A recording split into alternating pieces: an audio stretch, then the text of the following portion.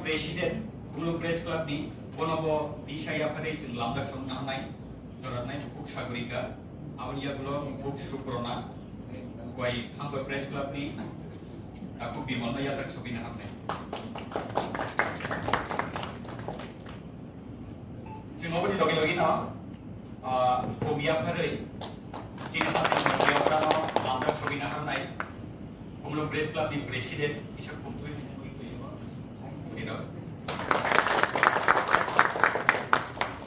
oh hai kita angkat baik untuk lambda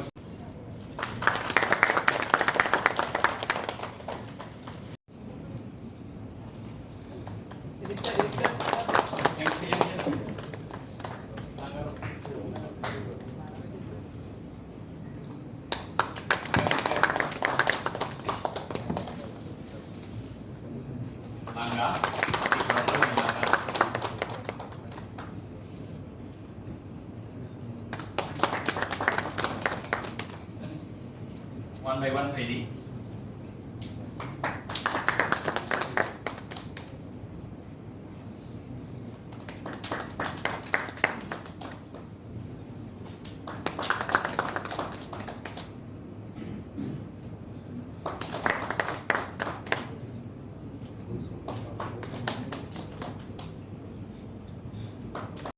Cini hasil ini jatuh kok cuma tunai dok no,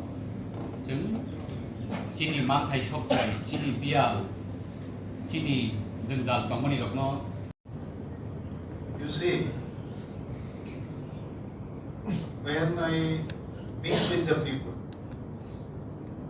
boys, girls, whoever may, this is my character since my birth, that I feel very happy. And until and unless you mix with the people, you will not understand what is their problem, how they are running their life. Journalism is a profession.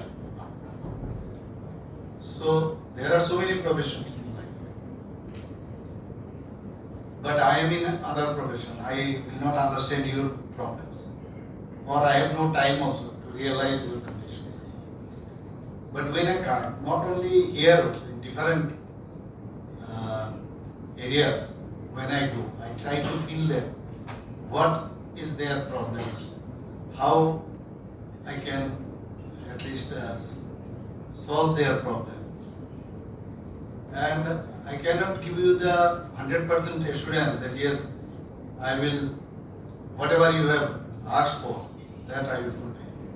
But intention should be very sound and should be louder, should be very loud. And honestly you should say something. There should not be any hinky-pinky. I am this kind of man. Whatever I say, very truly I say, I don't do any politics. And yes, because I don't do any politics, that's why I am a politician. Nowadays, what happens? Politics if you do, usually for a long time, we used to hear that he is a politician. And my thing or my thought process is like that. If you don't do politics, it is the best politics. তো এইভাবেই আমি সবসময় আমার চিন্তা ভাবনা আজকে যেটা বলা হয়েছে রঞ্জিত বললেন যে গতবারেও যখন সবার সাথে আমি এখানে বসলাম বসার পরে এখানে বলা হয়েছিল যে আমাদের যে মেইন যে মিডিয়া যারা আছে তাদের যে কমিটি একটা umbrella committee we have made so why not আমাদের যারা জার্নালিস্টরা আছেন তাদের গ্রুপে তাদের আমি কথা দিয়েছিলাম পাঁচজন বলেছিল তো সেটা আমি কিন্তু করেছি এখানে এই পাঁচজন যে আমরা বানিয়েছি this is there actually I think it should be their duty to raise your voice in that meeting. Understand? So I will request them to tell what you feel or what you have said. That would be better because I will not see it every day. From my side, when this proposal would come, আমি তোমার এইগুলো দেখবো না এইসব তা আমার তরফ থেকে আমি পরিষ্কার বলছি আমি আবার বলছি যে মিথ্যে কথা আমি বলি না কোনোদিন বলি না আমি চাই জনজাতিতে আমার একটা এখন যেহেতু একটা সুযোগ এসছে, এই যে একটা ভুল ভ্রান্তি উল্টো পাল্টা কথাবার্তা বলে একটা মানে আননেসেসারি দরকারই নেই, তো এই জায়গার মধ্যে দাঁড়িয়ে আমার কাছে সবার মনে হয় যেন সবাই আমার, এটা কিন্তু আমি ফিল করি। আমার কাছে কাউকে মনে করি না সে সবসময় এই ধরনের একটা ফিলিংস আমার মধ্যে থাকে, আমাদের মধ্যে থাকে, আমার সাথে যারা থাকে তাদেরকে আমি সেভাবে উদ্বুদ্ধ করি। যে যে বিষয়গুলো এসছে আমি নিশ্চয়ই এগুলো লিখে রেখেছি, আমি একটা ল্যান্ড দেওয়ার বিষয় বলছে সেটা করা যেতে পারে, অসুবিধার কিছু নেই। কারণ আমরা এখানে দেখুন প্রেস ক্লাব বলতে আমরা আগরতলা প্রেস ক্লাবই ভাবি। আমি অনেকবার ওদেরকে বলেছি যে why not it is Tripura press club. Tripura press ক্লাবের আন্ডারে সব জায়গায় যত প্রেস ক্লাব থাকে তাহলে বেটার হতো। তাই হোক, এটা তখন হয়েছে তৎকালীন, সেখানে ইনফ্রাস্ট্রাকচারে আমাকে যখন যেটা বলে আমি সেটা করি, এটা চিন্তা করা যেতে পারে। এরকম যেখানে বাইরের দিকে আসার বিষয় অনেক সময় বাইরের থেকে আসে। দেখুন আমরা বিশেষ করে ট্রাইবেলদের জন্য এতগুলো হোস্টেল আমরা বানাচ্ছি, প্রচুর হোস্টেল কিন্তু বানিয়েছি। এখানে থাকার আপনারা হয়তো সেই আপনাদের অবগতই নেই, এরকম খবরই নেই, ইচ্ছে করলে আপনারা থাকতে পারবেন সে। কিন্তু আমি এখন এই মুহূর্তে কিন্তু আমি বলতে পারবো না আমাদের আগরতলা শহরে আপনারা আসলে কোথায় এক্স্যাক্টলি থাকলে আপনাদের সুবিধা হবে। মেয়েদের সুবিধা আছে, ছেলেদেরও সুবিধা আছে, এবং এগুলো হচ্ছে অলরেডি। অনেকগুলো হোস্টেল কিন্তু আমরা প্রচুর হোস্টেল বানাচ্ছি। সেখানে আমার যেহেতু এটা আমার মাথায় এসছে আমি দেখবই। এবং একটা তো এরকম একটা মাথা ক্যান্টিন আমরা বাজেটে আমরা ঠিক করেছি যারা বাইরে থেকে পেশেন্টের জন্য, এরকম একটা করেছি যে কম পয়সায় যাতে থাকা যায়, কম পয়সায় থাকা খাওয়া যায়, এরকম একটা আমরা করছি ভারত মাতা ক্যান্টিন। তো সেটাও কাজ অলরেডি অনেকটা চলে এসছে। এটা তো পেশেন্টের পার্টির জন্য। তো এরকম আমি দেখি কোন জায়গাটার মধ্যে এরকম, আর সবাই তো আর ডেলি আসে না, তো এটা কোনো প্রবলেমই নাই। কোনো প্রবলেম ইজিলি আমরা সর্ট আউট করব। অ্যাক্রেডিটেশনের কার্ডের কথা বললেন, এটা দেখুন আমি আবার বলছি যে 5 জনের আমরা দিলাম, তাদের প্রতিদিন যখনই এই ধরনের মিটিং হবে, ওদের একটা কমিটি আছে ওখানে, না আমার কোনো রোল, ওদের গাইডলাইন্স আছে কিছু, তো ওখানে গাইডলাইন্স ওরা বানাক না, আমার তো কোনো অসুবিধা নেই। সেই গাইডলাইন্সে আপনারা কিভাবে করবেন না, আইসিআর যখন প্রপোজাল দেয় সেইভাবে। আমি আমার তরফ থেকে আজকে যে কথাগুলো বলবেন আমি বলবো আইসিএস সেক্রেটারিকে, যে ওরা তো বলছে আমরা সবাই আমার ছেলে মেয়ে, ওদেরকে যদি এই প্রফেশনে যেহেতু এসছে, এই প্রফেশনটা কিন্তু একটু অন্য স্টাইলের প্রফেশন। মানে পয়সা থেকেও বড় হচ্ছে এটা, যে এটা ভিতর থেকে যতক্ষণ ধরে না আসে যে আমি এই প্রফেশনে আমি আসবো, ততক্ষণ ধরে হবে না। পয়সা তো অন্যভাবেও ইনকাম করা যায়। সাংবাদিকতা কিন্তু একটা সাংঘাতিক জিনিস, এটা কিন্তু একটা আর্ট। আজকে দেখুন আমি এই ট্রাইবেল এরিয়াগুলো থেকে বোঝার জন্য আমি চেষ্টা করেছি। আগে তো আমার ধরুন ডাক্তারি পাস করেছি, চেম্বার করেছি, চাকরি করেছি, মেডিকেল কলেজে ছিলাম, সেখানে সব ঠিক আছে, কিন্তু এটা কিন্তু ভিন্ন। এখন যে প্রফেশনে আমি এসেছি সেগুলো আমার এতটা বোঝার, কোথাও গেছি তো গেছি, মেইন রোড দিয়ে গেছি, আবার এসছি, চলে এসছি, এটা এতটা বোঝা। এখন তো আমার বুঝতে হবে না কোন জায়গায় কি সমস্যা। প্রতিটা জিনিসের আমাকে গার্জিয়ান বানানো হয়েছে, ইট বালুর থেকে আরম্ভ করে মাটির থেকে আরম্ভ করে সব জিনিসে। সেই জায়গায় আমি আমাদের যারা অফিসাররা আছে, যারা ট্রাইবেল অফিসার, তাদেরকে নিয়ে কিন্তু আমি গত বছরও বসেছি, এবারও বসলাম, এবং যারা আইএস হয়েছে তাদের, ইভেন অন্যান্য যারা অফিসার তাদেরকে নিয়েও আমি বসেছি। ওনাদের সাথে আমি একটু বোঝার চেষ্টা করলাম, এবং বেশিরভাগই একদম বিসি এলাকা, গ্রামের থেকে এসছে বেশি। ওনাদেরকে আমি জিজ্ঞেস করলাম কি সমস্যা বলুন তো, ওইসব জায়গায় যান কিনা। তো কয়েকজন বলে মাঝে মাঝে আমি আমার বাড়িতে যাই। বোঝার চেষ্টা করেছি, ওনার সাথে আমার গল্প করার জন্য কিন্তু বলিনি। তো এই যে প্রায় 60-70 জন করে এরকম এক একটা দুটো টিমে, তো সেটার থেকে আমি 2 জনকে 2 হেড দুজন ট্রাইবাল অফিসারকে, আইএস অফিসার, ওনাদেরকে বলেছিলাম সব লিখে রাখার জন্য। এবং সবকটা লিখে আমি কম্পাইল করে আমি এর মধ্যে একটা মিটিং করেছি, এর মধ্যে, এবং সমস্ত অফিসাররা ছিল। এবং তৎকালীন সময়ে ওনাদের সাথে বসার সময় আমি বলেছি, আপনি একজন অফিসার, আপনি যখন ওই এরিয়াতে আপনি যাবেন, আপনি বলছেন ওই জায়গার মধ্যে বিজলির সমস্যা, আপনি বলছেন ওইখানে স্কুলের সমস্যা, আপনি একজন অফিসার, আপনি তো আপনার সেই পজিশনটাকে ব্যবহার করতে পারেন। আপনি যে কোনো জায়গায় ওখানে যে অফিসার আছে তাকে আপনি বলতে পারেন, তো আপনার তো অনেক সুবিধা। এরপরও যদি না হয় তাহলে উপরের দিকে আসুন আপনার।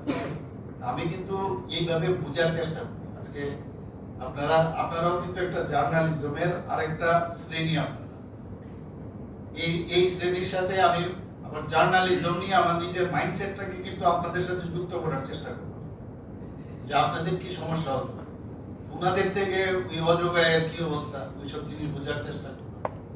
সেখানে এখনো স্কুলের সমস্যা, টিচারের সমস্যা, জলের সমস্যা, আর সমস্যা থাকবে। আমি যদি বলি 100% জল, আমরা বলছি 85% অলরেডি গ্রামে গঞ্জে, বিশেষ করে পাহাড়ে 85% আমরা নলসে জল দিলাম, আর 15% কারণ ইনোভেটিভ আইডিয়ার মাধ্যমে আমরা জল সেখানে সৃষ্টি করছে না। তো কিভাবে হচ্ছে সেগুলো নই। কিন্তু আপনাদের সবচেয়ে বড় যেটা, আমি তো ওনাদের থেকে যে বিষয়টা আনলাম, আপনাদের থেকে যেটা আছে সেটা হচ্ছে আপনারা কিন্তু আরেকটা চোখে কিন্তু আপনারা দেখেন আপনাদের মতামত, এবং আমাদের জন্য এটা কিন্তু এটা খবরের আকারে হলেও এটা আমাদের জন্য কিছু একটা মানে করারও একটা বিষয় দাঁড়ায়, যে আচ্ছা উনি যখন এই কথাটা বলছেন এটা সত্যতা যাচাই করার জন্য। আমি সাংবাদিকদের ইন জেনারেল, ওখানে ট্রাইবাল সাংবাদিকও আছে, অনেকে আছে, তাদের যেসব পত্র-পত্রিকা আছে সেইগুলোর আমি কাটিং প্রতি 14 দিন বাদে বাদে ফোর্টনাইটলি আমি আমার সেক্রেটারিয়েটে বসে আমি সমস্ত যারা অফিসাররা আছেন স্টেট লেভেলে তাদেরকে নিয়ে বসে, আর ডিস্ট্রিক্টের সমস্ত ডিএম এবং এসপি এবং অন্যান্য দপ্তরের সব অফিসাররা থাকে, আমার যেমন স্টেটে থাকে, আমি কাটিং নিয়ে আগেই পাঠিয়ে দেব যেসব নিউজ।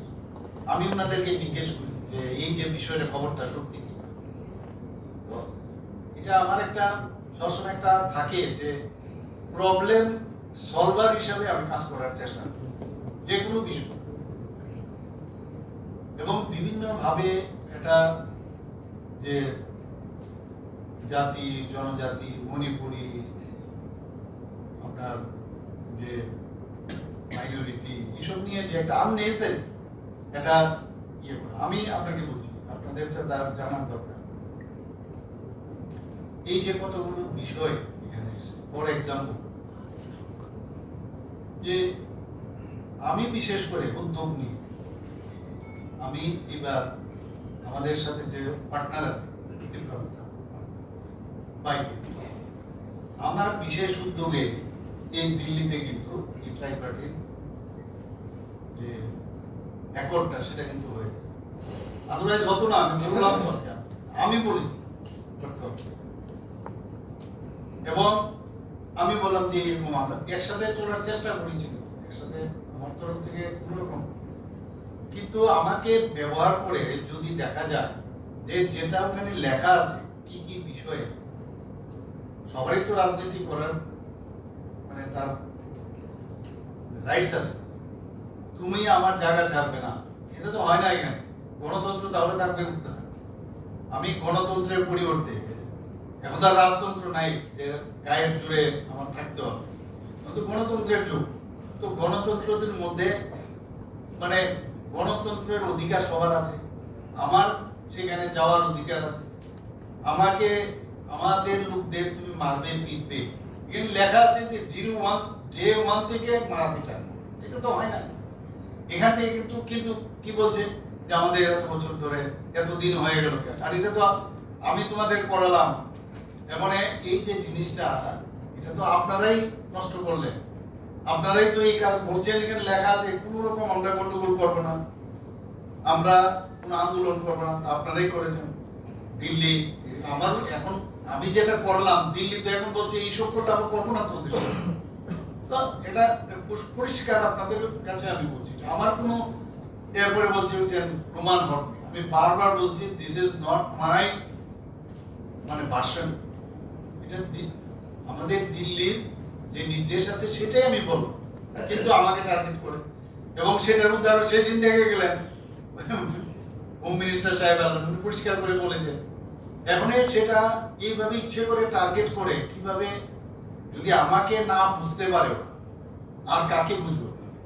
আর পলিউটেড ওয়েতে ওই এই করবে, তো এইগুলো করে করে। এবং আমি বারবার বলছি যতগুলো আমাদের সরকারের তরফ থেকে 125তম বলুন, টেরিটোরিয়াল কাউন্সিল বলুন, এভরিথিং উড বি ডান, কিন্তু সেগুলো করবে কখন? যখন সেই পরিস্থিতি একটা ভদ্রস্থ পরিস্থিতি হবে। সেই পরিস্থিতির মধ্যে ভদ্রস্থ পরিস্থিতির সৃষ্টি যারা করবে তাদের উপর ভিত্তি করে আমরা করবো, পরিষ্কার। কিন্তু গায়ের জোরে হবে না। এই রাজনীতি হয়েছে অনেক আননেসেসারি, এবং এগুলো বেস্টেড ইন্টারেস্ট হয়েছে, হওয়ার পরে একটা ডিভিশন চলে এসেছে। আমি বারবার বলছি আমি একসাথে চলার চেষ্টা করেছি, আপনারা খেয়াল করবেন যে একজনকে দিয়ে এখানে বারবার এখানে একটা দাঙ্গা লাগানোর চেষ্টা করা হয়েছে। মানে একটা পার্টির বাইরে আরেকটা পার্টি সিটিজেন কি একটা ফোরাম কি বানিয়েছে, সেই ফোরামে দিয়ে একটা আন্দোলন করার চেষ্টা করেছে। তুমি আমাদের সাথে থাকবে, তারপরেও যদি তোমরা এরকম করো তাহলে কি করে হবে? এবং আমি তো সমস্ত যেসব গাড়িতে মারধর হয়েছে বেশিরভাগই তো 99.9%, 100% এই থানসা বলছে, থানসার লোক কে মারছে? আমি থানসার বাড়িতে যাই, আমি গিয়ে ওনাদের সাথে কথা বলি। আরে তার তো রাইট থাকবে, তোমরা যদি ভালো কাজ করো তাহলে তোমার কথা শুনবে না কেন? কিন্তু সাম্প্রদায়িক সুরসুরি দিয়ে রাজনীতি হবে না, হয় না এটা। আর আমাদের সবচেয়ে বড় জিনিস হচ্ছে আমাদের এখন বড় এমন এক গার্জিয়ান নরেন্দ্র মোদীজি আসার পরে আপনারা খেয়াল করবেন যে জনজাতিদের জন্য সবচেয়ে বেশি চিন্তা যদি করে থাকে এই সরকার এবং মোদীজি করেন সেটা। আজকে যে কথাটা অনেকে বলেছেন যে আমাদের সেভাবে সম্মান দেওয়া হতো না, আপনি দেখুন একটা একটা করে, আপনি দেখুন কি কি সম্মান দেয়নি। আগে যা দেয়নি আমরা দিয়েছি আমাদের সরকার আসার পর। আজকে জনজাতিদের জন্য আমাদের সরকার আসার পর আমরা কি কি না করেছি। মহারাজাদের তো ঘরের ভিতর ঢুকিয়ে দিয়েছিল তাদের ফ্যামিলি, কমিউনিস্টদের সময় বাইরেই আসতে পারিনি, নামই নেই, কোথাও নেই ওদের খবর। আমরা আসার পরে ওদের গণতন্ত্র কিন্তু দিলাম। এখন গণতন্ত্রের উপর ভিত্তি করে ওরা যা খুশি তাই বলছে। এটা তো বুঝার দরকার, তখন তো তোমাদের কোনো রাজশব্দ নেই। আমরা তোমাদেরকে রাস্তা দেখালাম আজকে, আর এইভাবে মানে গলার নালি ঘুরিয়ে নানাভাবে কথা বলা, উত্তেজিত ভাষণ দেওয়া, এগুলো করে করে তো আননেসেসারি মানুষকে ভুল স্ক্রিপ্ট নিয়ে, এটা তো বহুদিনের সমস্যা না। আগামী দিন কি হবে? জনজাতি মুখ্যমন্ত্রী হবে। আরে মুখ্যমন্ত্রী যদি অত গণতন্ত্র আপনার, তাহলে আপনি স্ক্রিপ্ট বানাতেন? দশরথের বর্মা কি হয়নি মুখ্যমন্ত্রী? তখন কি করেছেন? তখন করেননি কেন? স্ক্রিপ্টের বিষয়টা বারবার আমি বলেছি, এটা আমার ডিসিশন না, এটা আমাদের দিল্লির ডিসিশন। আমরা ভারতীয় সংস্কৃতির মধ্যে আমরা থাকতে চাই। এখানের মধ্যে নিজেরা ইন্ডিজিনাস পর্যন্ত এসছে যে যদি দেবনাগরী আপনারা না চান ইন্ডিজিনাস বানান, তো এটাকে বিকৃতি করে নানাভাবে চেষ্টা করছে। এবং যেসব লোক এদের ফ্রন্ট রানার হিসেবে আছে তাদের ইতিহাসগুলো আপনারা দেখুন। ভালো লোক আগে এরকম ছিল না। ত্রিপুরার রাজনীতি যদি নষ্ট করে থাকে তাহলে শিলচর থেকে ভদ্রলোক এসেছেন, আপনারা জানেন, তৎকালীন সময়ে এসে ত্রিপুরার রাজনীতিটা নষ্ট করতে। আগে ভদ্রলোকের রাজনীতি ছিল, ভালো লোক রাজনীতি করতে হবে, এরপর থেকে এই ধরনের রাজনীতি এখানে চলবে। আমি বারবার বলছি যে এইরকম একটা সুযোগের সদ্ব্যবহার করা উচিত। আপনারা দেখেছেন সমস্ত জায়গার মধ্যে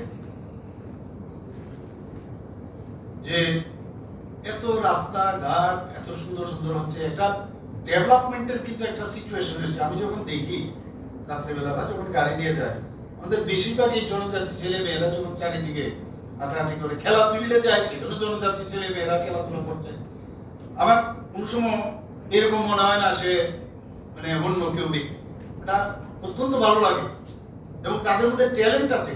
ট্যালেন্টগুলো পাশাপাশি এখন দেখা যায় যে ড্রাগস অনেক জনজাতি গোষ্ঠীর মধ্যে এখন অন্য জাতি গোষ্ঠীর মধ্যে আছে, কিন্তু জনজাতিদের একটা কনস্পিরেসি, এটা তাদের মধ্যে ড্রাগস ঢোকানো হচ্ছে, নষ্ট করছে জেনারেশন টু জেনারেশন 3-4 দশক ধরে। এগুলোর জন্য আপনাদের বিরাট একটা রোল থাকা দরকার। এগুলো যা যা বলেছেন আমি তো দেখলাম, এগুলো তো আমাদের এখন মুখ্যমন্ত্রীর জন আরোগ্য যোজনা হয়েছে। মুখ্যমন্ত্রীর জন আরোগ্য যোজনা যদি হয়ে থাকে আর ইন্স্যুরেন্সের আপনার এটা সব তো কভার হয়ে যাচ্ছে 5 লাখ টাকার, এটা আর কি লাগে বলুন আপনারা। ত্রিপুরা একমাত্র জায়গা যেখানে 100% কিন্তু আগে ছিল সাংবাদিকদের জন্য ইন্স্যুরেন্সের আলাদা, এখন তো এটা দরকার নেই। মুখ্যমন্ত্রীর জন আরোগ্য যোজনা 100% এখানে হয়ে যাচ্ছে, 5 লাখ টাকা করে সবার জন্য হবে, এভরিবডি ইনক্লুডিং মি। তো এখানে আপনি ভালো করে যদি এটা দেখেন, হ্যাঁ সিকিউরিটির যেখানে প্রশ্ন, আমি বারবার বলেছি যে কোনো সাংবাদিক কোনো জায়গায় আক্রান্ত হয় আমি তার প্রতিবাদ কিন্তু আমি করি, আমি ছাড়ি না কাউকে। একটু টেকনিক্যাল হয়তো কোনো জায়গায় প্রবলেম আছে, কিন্তু আমি এক্সট্রিম অবধি একদম এন্ড পয়েন্ট অবধি আমি চেষ্টা করি। আমার সাংবাদিকরা এত পরিশ্রম করে তাদের যে কাজগুলো আছে সেই কাজ করতে গিয়ে তার সাথে যদি ঠিক আছে তোমার পছন্দ হয় না এটা আরেক জিনিস, কিন্তু তার জন্য তো তোমার প্রতিবাদ করার একটা আলাদা আছে, রাস্তা আছে। কিন্তু আমরা 2-3 জন সাংবাদিককে ফোন করেছে, আপনারা সবাই জানেন কোথায়। এখন তো এই সিস্টেম নেই, এখন তো নেই। আমি আসার আগে কি ছিল অবস্থাটা, চারিদিকে কি হতো, গোলাগুলি, কতজন লাঞ্চিং থেকে আরম্ভ করে বাদ ছিল না তো, হ্যাঁ একে মারছে ওকে মারছে, কোথায়? এখন তো আমরা সেই জায়গাটা তো একটা এসছে। আমি তো লাস্ট বর্ডার অব্দি পর্যন্ত যাই, সারাটা দিন সকাল থেকে রাত্রি অব্দি ঘুরি আমি, কিন্তু একা আমার পক্ষে কিন্তু সম্ভব হবে না, বা আমাদের পক্ষে সম্ভব হবে না। আপনারা এসছেন, আর বাকি লজিস্টিক সাপোর্ট কি করা যায় যতটুকু আমাদের পক্ষে সম্ভব হবে আমি বলছি, সেটা আমি কথা বলবো। যে আমরা টিম বানিয়েছি সেই টিমের সাথে কথা বলবো, ওনারাও কি বলে, আমাদের এখানে অনেকে আছেন তাদের সাথে আমরা কথা বলবো। কিন্তু আপনাদের যে সমস্যাগুলো আমি বোঝার চেষ্টা করব এবং সেটা বুঝে আমি আমার কথা বলবো। কিন্তু সবচেয়ে বড় বিষয় হচ্ছে ত্রিপুরার সমস্যা আপনাদের কিন্তু সলভ করতে হবে। এটা সবাই মিলে যদি করি তবে আমরা করবো। ভালোটা দেখা, যদি কোনো জায়গায় খারাপ কিছু হয় নিশ্চয়ই তার সমালোচনা আপনাদের রাইটস আছে, এবং এতে করে কিন্তু অনেক কিছু আমরা সরকারের থেকে, আমি তো হঠাৎ করে যখন টিভি দেখি এখান থেকে আমি ফোন করি কি হলো, এরকম একটা নিউজ আসছে কি হয়েছে, সাথে সাথে পুলিশ যায় বা কোনো আধিকারিক যায়। হাসপাতালে কালকে দেখলাম যে ডাক্তারবাবুরা স্ট্রাইক করে, আমি সাথে সাথে হেলথ সেক্রেটারিকে ফোন করলাম, উনি বাইরে আছেন। আমি এটা কি ঘটনা, কি হলো, 3 মাস ধরে বেতন পাইলাম, জানি না। বলে স্যার না, ওনারা একটা প্রোগ্রামের মধ্যে ওরা ছিল, মানে প্রোগ্রাম মানে একটা স্কিমের মধ্যে ওরা ছিল, তো স্কিমের মধ্যে থাকলে বলে নেই স্যার কোई সমস্যা নেই होगा, मैं दूसरा जगह से हम दे देंगे। তো এই যে আমার চোখের সামনে নিয়ে আসলো খবরটা, আমার ইজি হলো না বিষয়টা, আমি সাথে সাথে বললাম। কাজেই যে জায়গায় আছেন আপনারা, অনেকে কুমরুম থেকে এসেছেন, কেউ কুয়েত থেকে আসেন, কেউ বিশ্রামগঞ্জ থেকে আসেন, বিভিন্ন জায়গা থেকে আসেন। সো বিনা পয়সায় কিন্তু আপনার থেকে আমি খবর পাবো, এর থেকে বড় আপনার জিনিস কি থাকে, এর থেকে মুফতে আমি খবর পাবো, ठीक ना? तो मेरे लिए बहुत ही अच्छा है। और धीरे धीरे हम लोग और जितना हम लोग एक साथ मिलेंगे, कभी कभी बात करेंगे, यार just treat me as a very ordinary person, simple person, not as chief minister. Anytime, any problem, you can just, you know my position, very busy time I have to pass. So in that case, in case there is any problem, through your leader, you can talk personally also if you want something to tell. If there is any secret matter or anything for the development of Tripura, you can contact with me. I have no problem. If I have done, I would like to. I should say that I would be very I will be good to talk to you. Always welcome. ঠিক আছে, কিন্তু ত্রিপুরা আমরা একটা সুন্দর ত্রিপুরা আমরা বানাবো, আর বাকি আমি দেখবো এখানে সব লিখে দিয়েছি। আমি কোনো জায়গায়, আমি মেয়েদের বিশেষ করে বলছি, কোনো ইনসিকিউরিটির কোনো খবর একদম ফোন করে দেবে আমার যে ছেলেটা আছে কোনো জায়গায়, একদম দেখবে ইমিডিয়েটলি রেজাল্ট পাবে কোনো জায়গায় যদি কোনো ইয়ে থাকে। With this, I conclude my speech. At least you should smile. গুমরা মুখে থাকো তোমরা সবাই। আমি সবাই দেখি আমার জনজাতি ভাই বোনদের যখন তাকায় গুমরা মুখ কেন থাকে আরে স্মাইল একটা বিনা এটা পয়সা লাগে না। আমি তো সারাক্ষণ ধরে এত পেশা তারপরে আমি দেখবে তুমি সবসময় আমি হাসি ঠিক দেখে যাও না সবসময় ঠিকভাবে থাকে। আমি তো সবসময় হাসি আর হাসি তো প্রেশারটা রিলিজ করার জন্য প্রেশারে